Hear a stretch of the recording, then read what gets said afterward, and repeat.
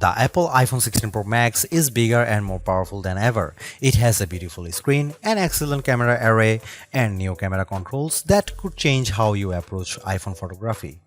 Power and battery life both get a boost to make this the big screen smartphone of your dreams. Apple Intelligence offers some useful and intriguing features, but it's not yet the thing that will or should drive upgrades. Still, if you have been holding on to an iPhone 12 or 13 Pro Max, this is probably the moment for a big screen upgrade. Sometimes I wonder how Apple might say its next screen technology. Will it add duper to it so it becomes super duper Retina XDR display? I mean, it may have boxed itself into a corner, but Apple skirted the issue this year by leaving its iPhone display technology pretty much untouched. This is a giant screen 6.9 inches, achieved through a combination of a slightly larger chassis and pleasingly thinner bezel. There are more pixels than last year. The iPhone 16 Pro Max screen is 2868 by 1320, while the iPhone 15 Pro Max is 2796 by 1290. There's more pixels but not a higher density. This is still 460 ppi and so falls behind the Samsung Galaxy S24 Ultra's QHD Plus display, at least on the ppi front. Apple also didn't mess with the dynamic island, which remains a useful and fungible information peel in the upper portion of the screen. It houses Face ID, depth sensors, and a 12 megapixel true depth camera. The camera takes excellent selfies and is my go-to for biometric unlocking. While the display's core specs haven't changed, they are worth noting. It's a wide color gamut screen that supports HDR True Tone always on display, means you can see a less saturated version of your lock screen without unlocking the phone, 2000 nits of peak brightness outdoors, and Pro Motion. Speaking of which, everything I did on the iPhone 16 Pro Max looked fantastic. I don't even notice the dynamic island when it's inside one of my games, and streaming videos via the likes of Netflix tends to crop out the cutout. I know everyone wants to talk about Apple Intelligence, but it's the changes to the core iOS 18 platform that will have the biggest impact on your iPhone 16 Pro Max day-to-day use. Photos, for instance, has gotten a huge overhaul, and one that I'm not entirely sure makes it better. It's the situation of who moved my cheese, as many of your core features may have shifted or been replaced. The Photos app now defaults to search and collections, which might throw people who are expecting to see their photo library. Still, if they get used to using search for some natural language queries that yield useful image results, they might be pleasantly surprised. The iOS interface is now more customizable, and if you want, you can leave spaces in your app grids. You still can't place an app icon in space that, say, straddles two spaces in the invisible grid, but I think people will appreciate this new level of flexibility. Apple seems a bit obsessed with summarization. Summaries exist in writing tools and in the new Safari, which has a slightly hidden highlights feature. Look for a tiny hamburger menu on the left side of the address bar. You can use that to turn it on, and it will take, for example, a lengthy New Yorker article about Ronald Reagan and condense the thousands of words into a paragraph summary. Impressive. So I worry that such a boil down might leave out important nonsense. There's even a new passwords app that consolidates and surfaces all the password feature Apple has previously hidden in features like keychain. Now you have an easy to access app to manage sometimes confusing password and security word. One of my favorite new iOS 18 features is Math Notes. Inside Notes, you can scribble any question, and when you put an equal sign at the end of it, Math Notes automatically solves it and writes the answer in what will look just like your own penmanship. It's a smart bit of machine learning. None of this is as sexy as Apple Intelligence, but this and the myriad of other changes coming with iOS 18 might be more readily practical than what you can currently do with Apple's AI efforts.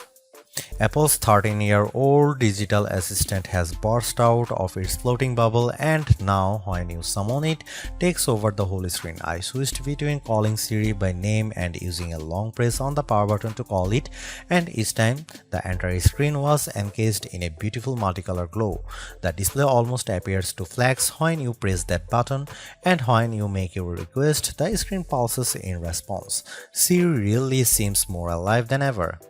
This, too, might be the most exciting part of the update. Apple Intelligence features that give Siri access to information about you on the phone to make its responses more contextually relevant are not here yet, nor are app insights that might help dig into applications to enable features and actions.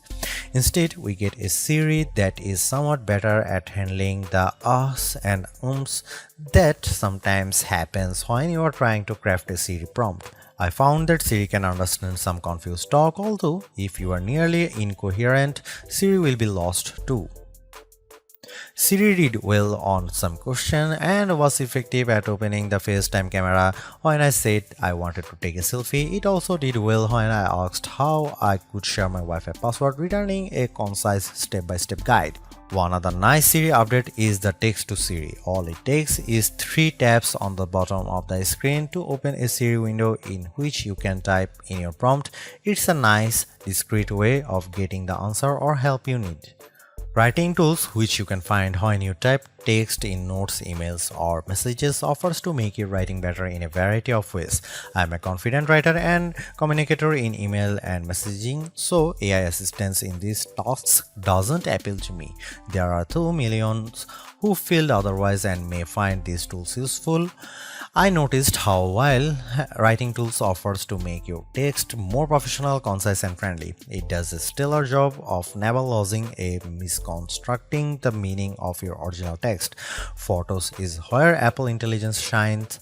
The new cleanup option in Edit is effective at removing unwanted objects from phone. When I opened a photo and tapped the cleanup eraser icon, it immediately offered to remove a few people from the background of my photo.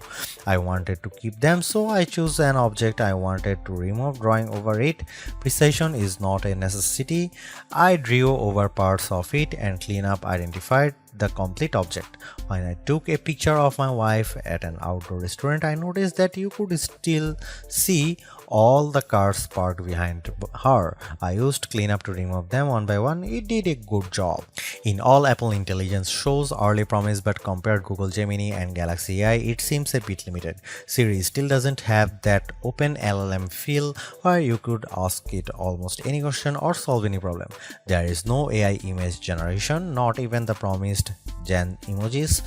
It's still an English-only tool, and the promised third-party integration with ChatGPT and potentially Gemini have yet to materialize. It's a good effort, but this version of Apple Intelligence is not the one that will spark a billion upgrades.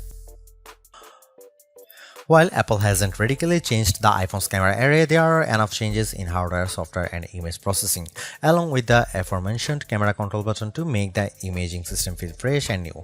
On paper, we have just one notable megapixel upgrade, the 48-megapixel ultra-wide camera, which will not only improve wide-angle shots but has a measurable impact on macro quality. Still, even though Apple didn't squeeze a much higher pixel count into the main camera, it did upgrade the sensor and is promising much faster shutter speeds, and the autofocus is now enhanced with dual autofocus sensors. These are the kinds of incremental changes that should improve both the experience of using the quality delivered by the main camera sensor, but they are also hard to measure. More on that in a bit. The 12-megapixel 5x optical zoom is essentially unchanged from last year's iPhone 15 Pro Max. The biggest news here is found not on this phone but on its little brother, the iPhone 16 Pro, which also gets the Tetra Prism lens. Last year's Pro model was stuck with a just 3x optical zoom camera. Similarly unchanged is the 12-megapixel FaceTime camera on the front. Here are some camera samples of iPhone 16 Pro Max.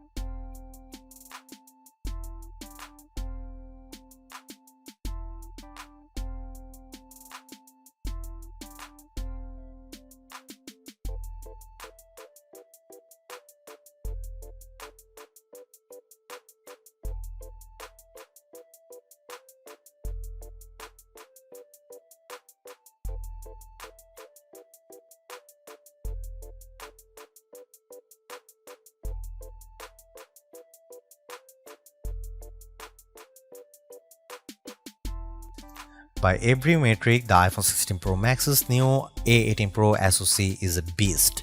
It outperforms the A17 Pro and Qualcomm's Snapdragon 8 Gen 3 in most benchmarks, while Apple isn't backing the CPU with as much memory as you might find in, for instance, a Google Pixel 9 or Samsung Galaxy S24 Ultra.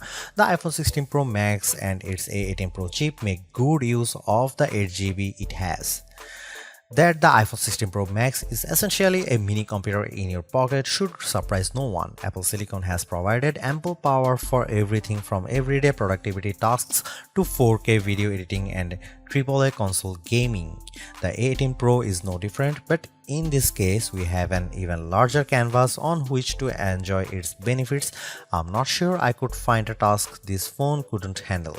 If I have one criticism, it's that the phone does seem to get a bit warm during, for instance, gameplay and video editing in CapCut. I don't know if this is the graphite covered aluminum substructure more efficiently delivering heat from the chip to the body or the phone overworking. The good news is that this does not adversely impact performance or battery life. Call quality was good, and I am pleased to see that this is now a future-leaning platform with Wi-Fi 7 support. There's also Bluetooth 5.3 support and second-generation ultra-wideband. It helps in my Find My app, which I used when I purposely misplaced my new AirPods 4. In the US, the iPhone is now eSIM only, which I like, although some people miss the physical SIM card. I appreciate the ease of switching eSIMs from one phone to other and how easily the iPhone 16 Pro Max lets you switch between multiple eSIM numbers on the iPhone 16. The iPhone 16 Pro Max delivered some of the best Future Labs battery drain results I have seen. We got an average 16 hours of battery life on our tests, and anecdotally I saw between 14 and 17 hours depending on activity. That's impressive. Apple is finally supporting QI2 wireless charging technology and provided me with a new QI2 supporting MagSafe charger and a 30-watt charge adapter. The iPhone 16 lineup ships with a 60-watt capable USB-C cable but no charging adapter. Using those two accessories, I recharged the iPhone 16 Pro Max at 44% in 30 minutes. Apple claimed 50% in 30 minutes, so this is pretty close. A full charge took about 2 hours. One thing not a lot of people know is that with a standard USB-C cable, you can charge your AirPods or Apple Watch off the iPhone. Should you buy the Apple iPhone 16 Pro Max? You should buy Apple iPhone 16 Pro Max if you want the biggest and best iPhone ever. There has never been a larger iPhone or a larger iPhone screen than the one found on the iPhone 16 Pro Max. Buy it if you want a head start on Apple Intelligence. Apple Intelligence feels like an exciting experiment that has some stellar capabilities like cleanup and more forgiving Siri, but it is far from finished. You can get in on the ground floor now too. Don't buy iPhone 16 Pro Max if you want more affordable big screen power. The iPhone 16 Pro Max holds the line on price, but it still starts at $1,199 US. If you want to save a couple of $100 but still get the big screen fun, you could look the Google Pixel 9 XL. Don't buy it if you want more megapixels. While 48 megapixel is nothing to sneeze at, the Samsung Galaxy S24 Ultra offers a 200 megapixel main camera. The iPhone 16 Pro Max have everything we have come to expect in a year-over-year upgrade even without Apple Intelligence. The 6.9-inch iPhone 16 Pro Max have a slew of upgrades including a good battery life, outstanding photo and video chops and iOS 18. The iPhone 16 Pro Max are excellent phones worthy of a spot in your pocket if you can afford them.